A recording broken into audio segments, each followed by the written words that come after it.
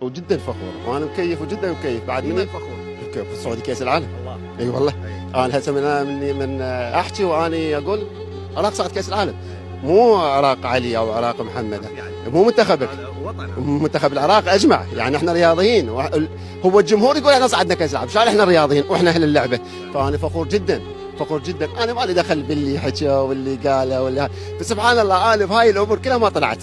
ايش قد رادوا باللقاءات، ايش قد رادوا شيء، قلت لهم انا بعيد ورا تصفيات كاس العالم اطاف. الحمد لله والشكر ما وقعت في الخطا اللي العالم وقعت به. خطأ. طبعا خطأوا واللي صرحوا شنو بعيد عن تصريحاتهم، شنو الاخطاء اللي وقعوا بها؟ تصريحاتهم فقط. كانت محبطه اللاعبين؟ طبعا انت تدعم حتى لو كان الصعود صعب وظروفنا صعبه.